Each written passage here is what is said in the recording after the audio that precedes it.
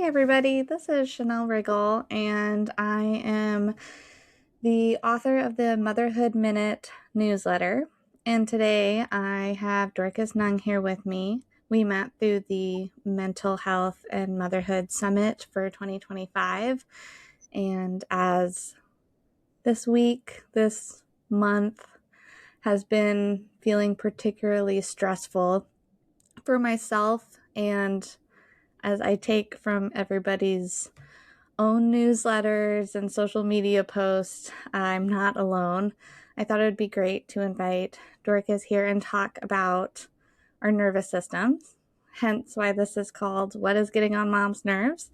I really just wanted to have a nice, relatively casual conversation and first off, address the fact that if you are feeling overwhelmed, you are not alone, and figure out if there's anything that we can do about it, especially if it doesn't feel like it is a huge thing that we have to accomplish to feel a little more in our bodies and in control and relax. So, Dorcas, thank you so much for joining me today. I'm happy to be here.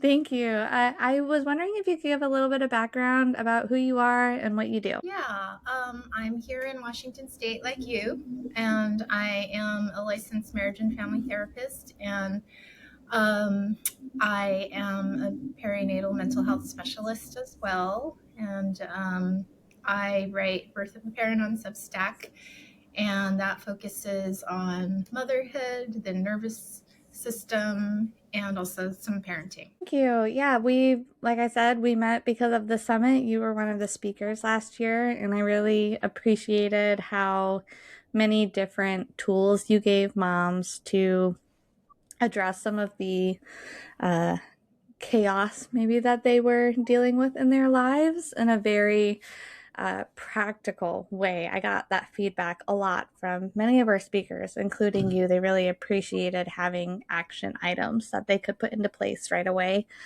I was thinking when I wanted to talk to you about something that my mom said a lot when she was stressed with my brother and and I'm sure other moms said this, like, you're getting on my nerves, and I was kind of laughing about that um, because now yourself and plenty of other women in particular are talking about how greatly motherhood can affect our nervous system. So when we're thinking about that phrase, this is getting on my nerves.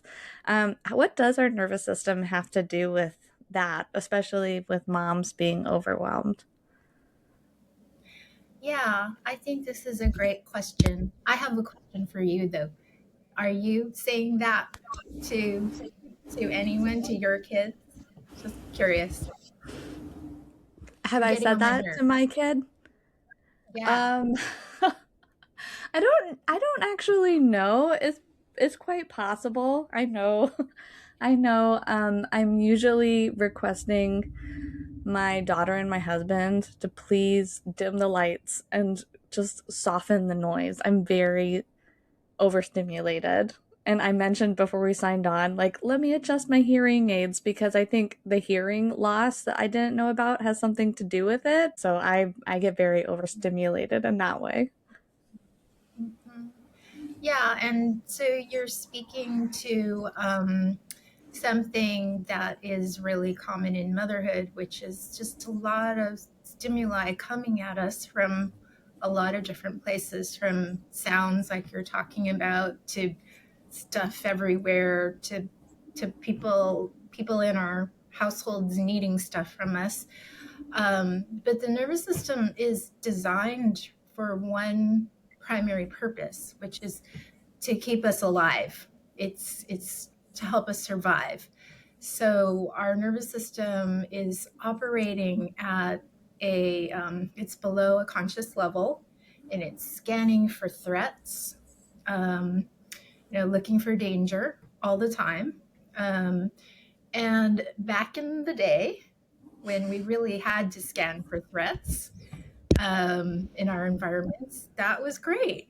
But now we have modern threats. It's stimulation, it's stimuli, loud sounds, clutter, you know, people talking at us all at once. Those are all experienced as threats.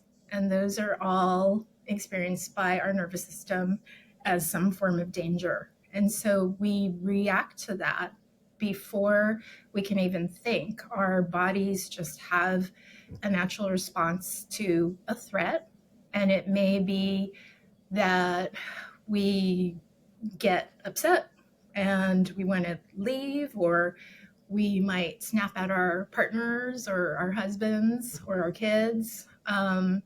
Or probably more common these days is we scroll on our phones and try to block everything out, and we feel disconnected, and we might go into a form of collapse because it's all just too much. So that in a nutshell is what's happening. And for moms, you know, I gave you lots of examples there of the things that seem like threats to us, and they're everywhere, every day for us as moms. I'm a mom too. Um, we can't get away from them. They're just always there, and so that's what mom overwhelm is really. So, one of the things that I've actually been working with my therapist on is we do the EMDR. I don't know if I got the acronym right, but one of the things that I work with my therapist on a lot of the times is um, identifying my physical reaction to whatever circumstance I seem to find myself in. So if I feel overwhelmed, do I just feel it mentally or do I also feel it in my body? And that's been really helpful. Sometimes I feel, as a grown woman, a little childish because I've had to do so much work just identifying what emotion I have and how that's affecting my physical body.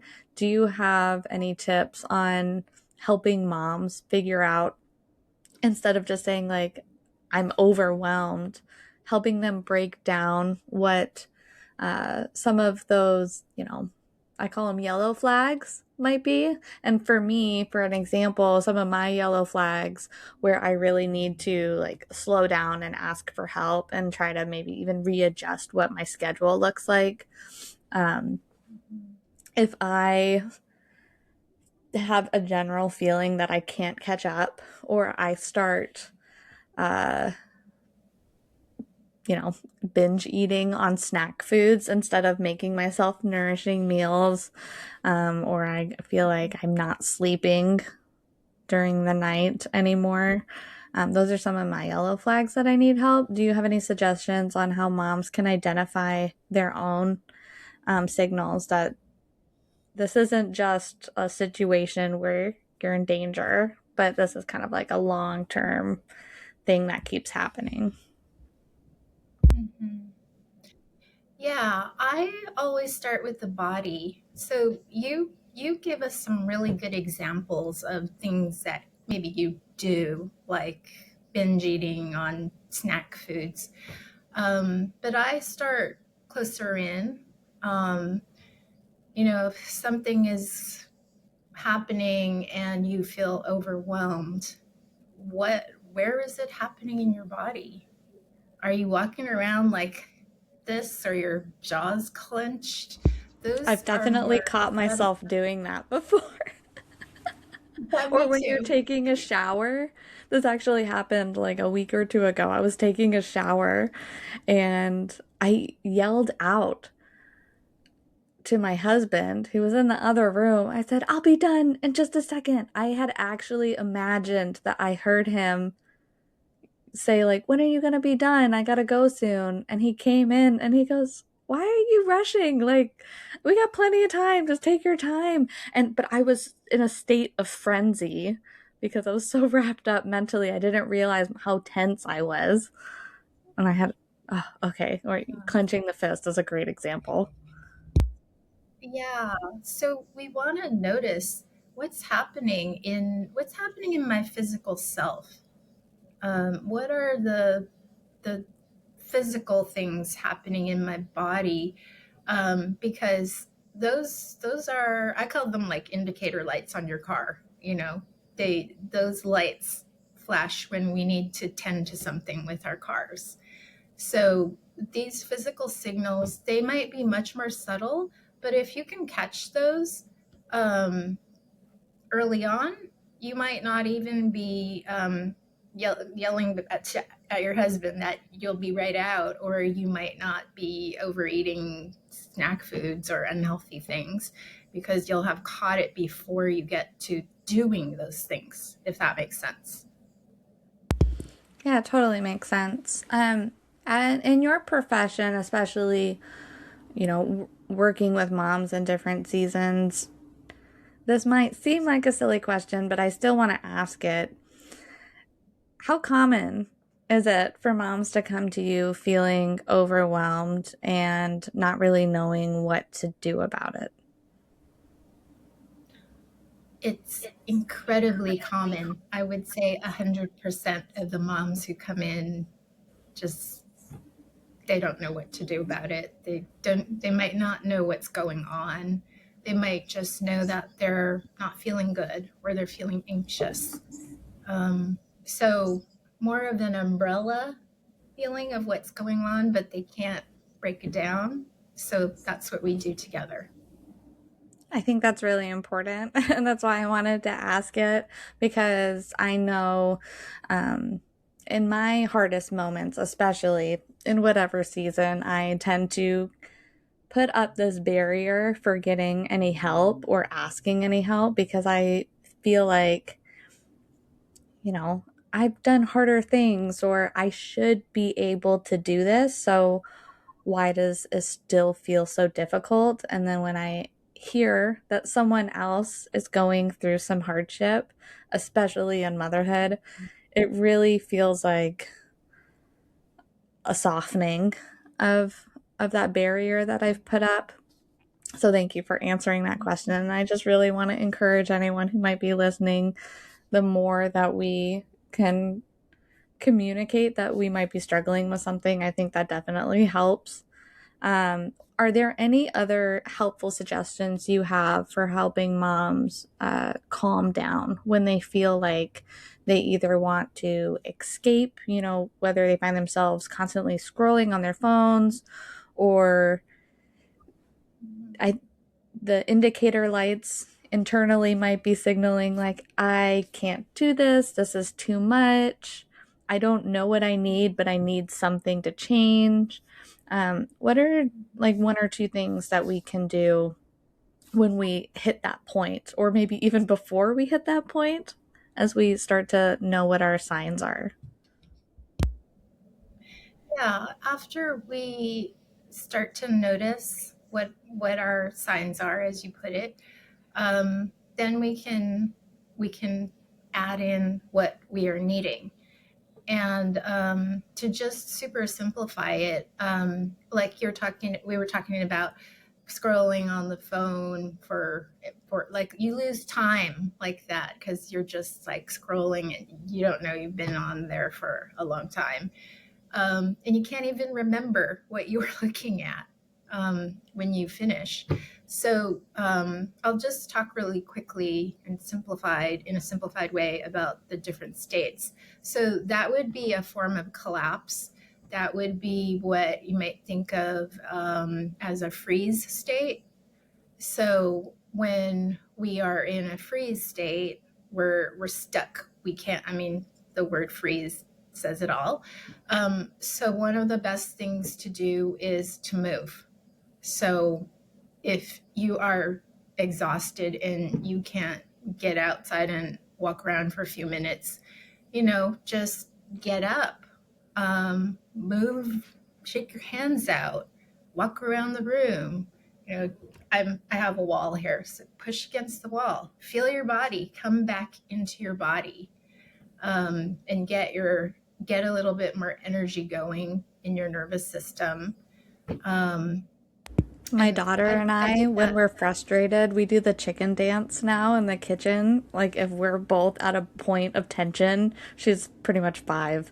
And if we just like feel like it's a boiling point, I'll be like, okay, stop. And then we'll start doing the chicken dance, and it's amazing.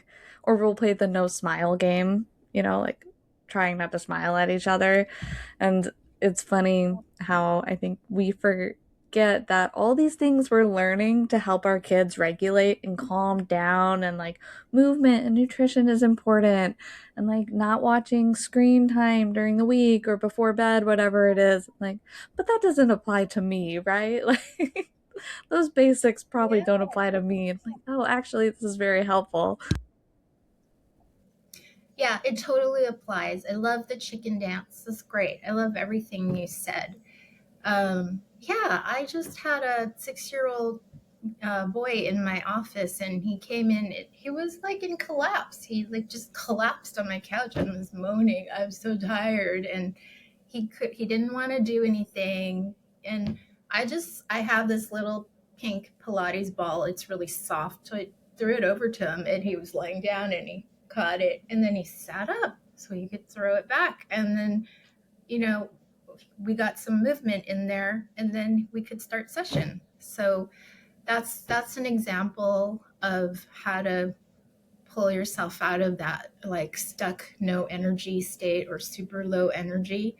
A lot of times people think, well, I've got to rest so that I can have more energy, but that's not always the case. Sometimes we really do need rest, and then other times we need to move a little bit and get some energy going in our nervous systems.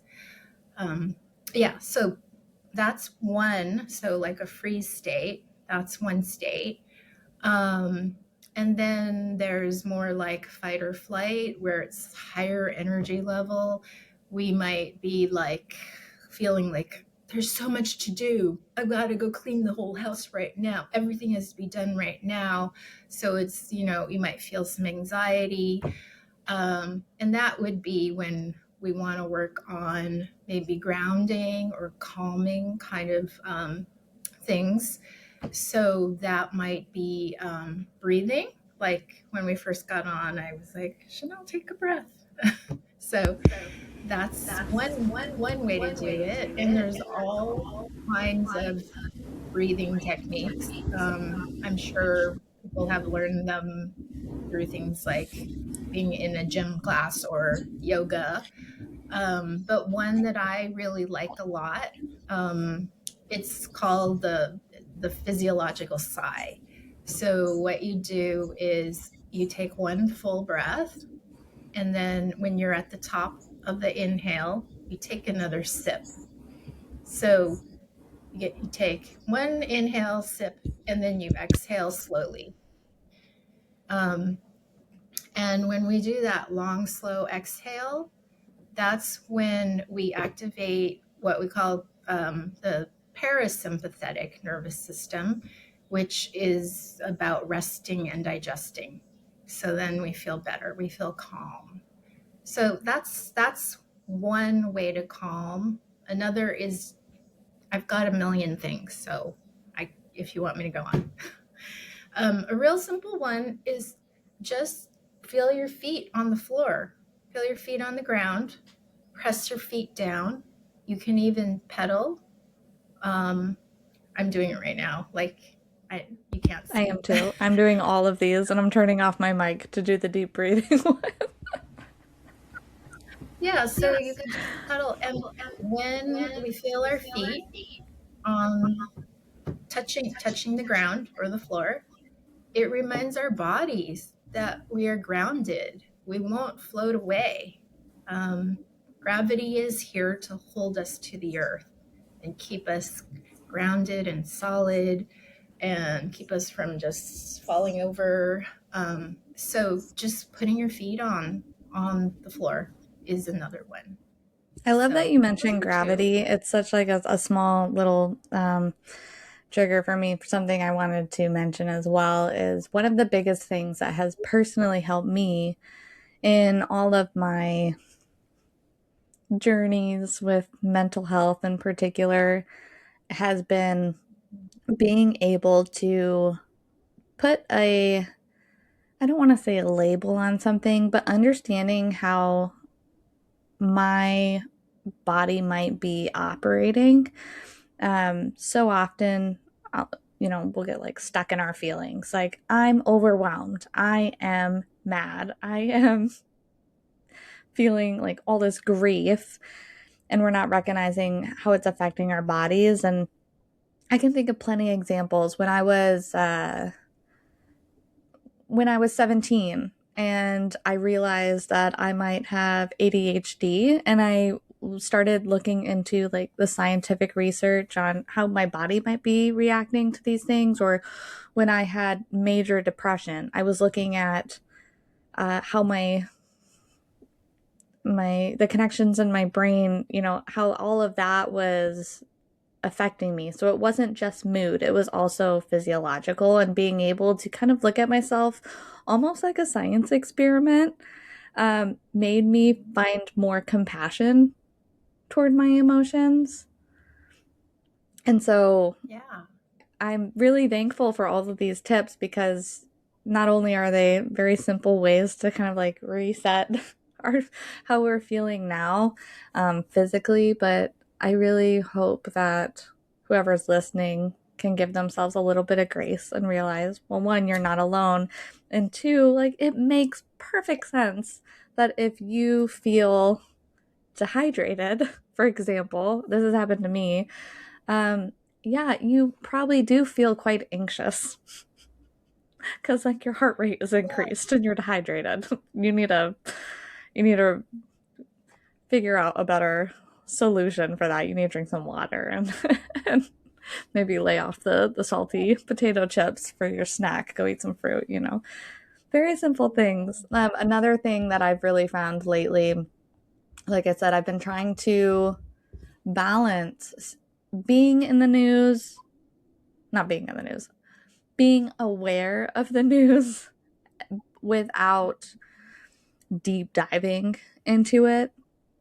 And that's been really difficult, but obviously, I want to be aware of what's going on in the world while also maintaining as much peace as I have possible. I think women in particular, both parents for sure, but I think women in particular can kind of set the emotional tone with their families a lot. That's at least what I have found. That's my personal experience. And so, one thing I wanted to ask you is um, do you have any advice for us other than like not being online at all, which I don't think is very practical in this day and age? Do you have any advice for us on how to disconnect more? Because that's something I'm personally struggling with, and I actually feel a lot of guilt about it. I want to be disconnected, but I also feel really guilty because I'm like, does that make me um, careless about what I actually feel very passionate about? Yeah, no, it wasn't tangled up. And I love what you were sharing about your own personal experiences. So I wanted to say that. But yeah, there's a lot in the news these days to to take in and to digest, and then what do you do with it after that? It's just too much. I think it's just too much right now, and you're right. Like, we can't just turn it off, and it's important to pay attention. We should pay attention. However, I think we need to be good consumers of the news, not just what outlet we or outlets we decide to follow or read or whatever. Um, but for instance, if you know from looking at the headlines that this particular article there's a lot of violence in it, or there's a lot about harm to children, maybe those are the ones you don't want to read. And if there's video, you know, one thing about watching images is it's like we can read a news article and we visualize it to the point that we can handle, that we can tolerate. But when there are images coming at us, like if we're watching some kind of video or something online, or TV, we can't imagine that visual to just our own tolerance level. It might be beyond what we can tolerate.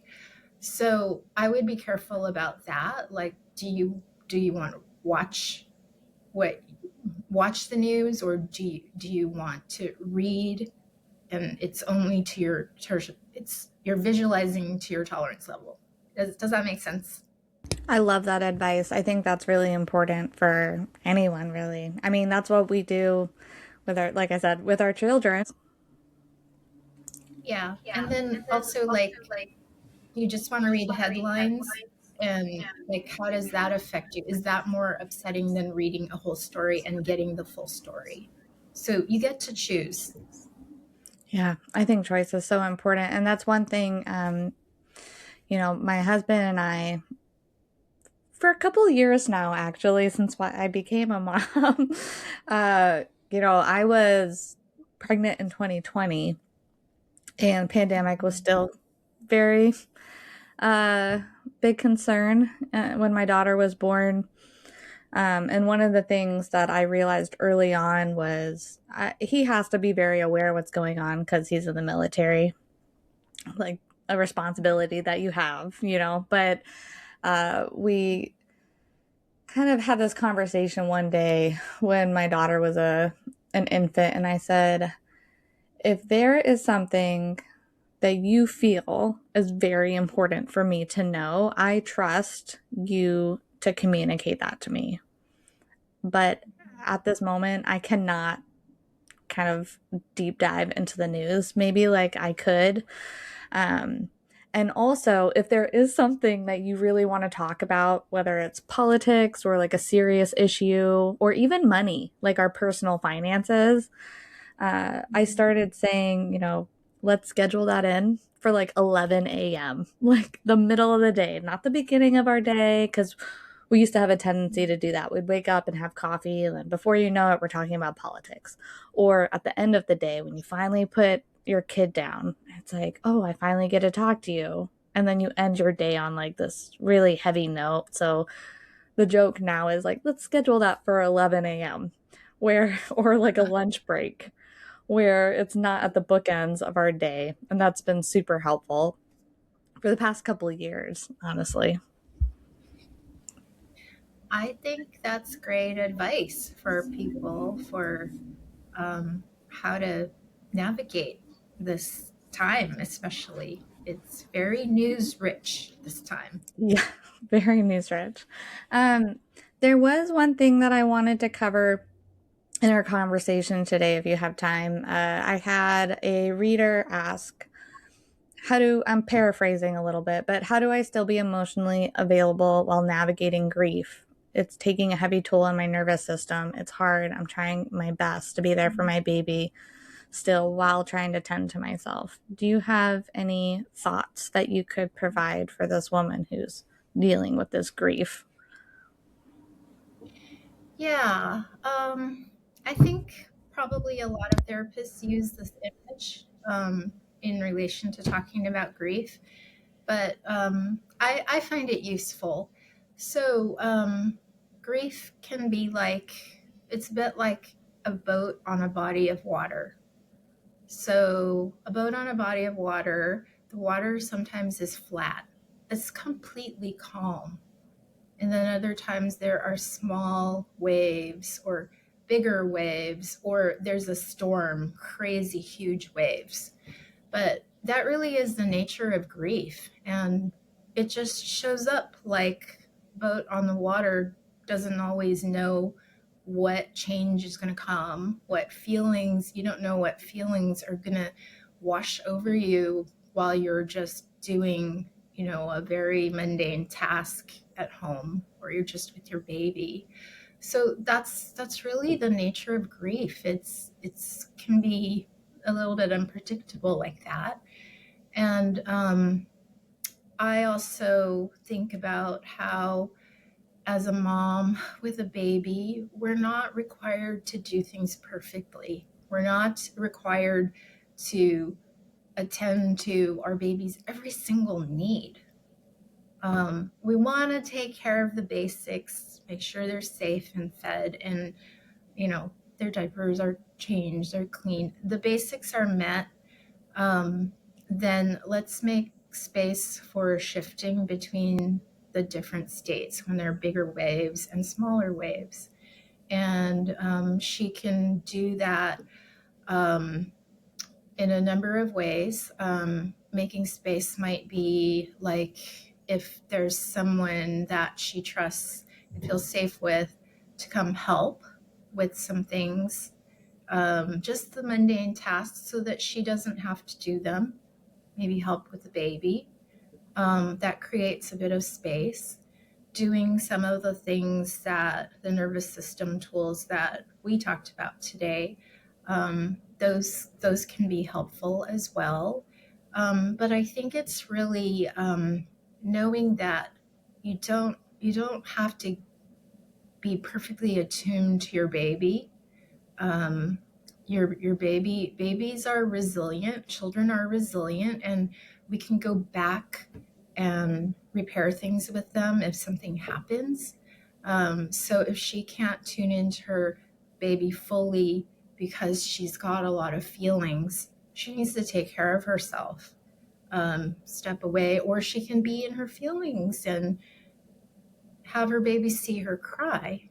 And then they can later have some moments where they're having some fun back and forth, eye gazing, or just, sitting together quietly, cuddling. Um, these are all ways to move through grief.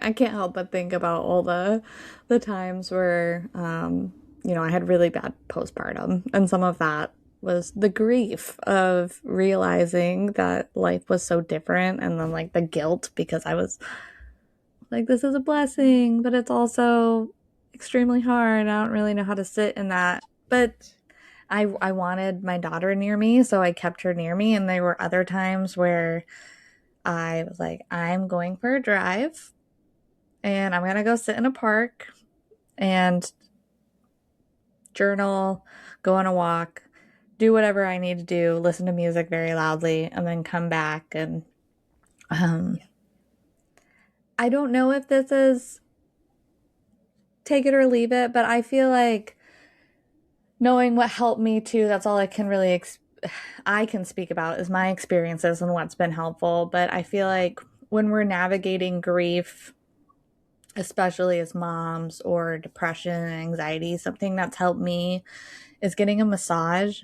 I don't know if that's everybody's cup of tea, but the times that I've really been in the thick of it, and I have it's not just like alone time, but it's the therapy of feeling taken care of physically. Massage for me has really helped me with that, because the power of touch, even when you are feeling very touched out, it's very different. And so whenever I do that, I'm like, oh, now I'm the baby.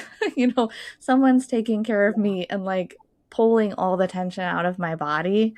And so that for me has been a really good reset too.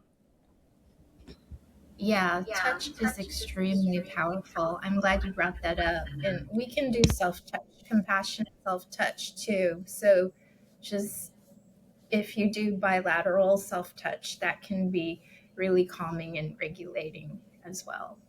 Yeah, just even putting your hand over your cup for some people, that can be super, super calming.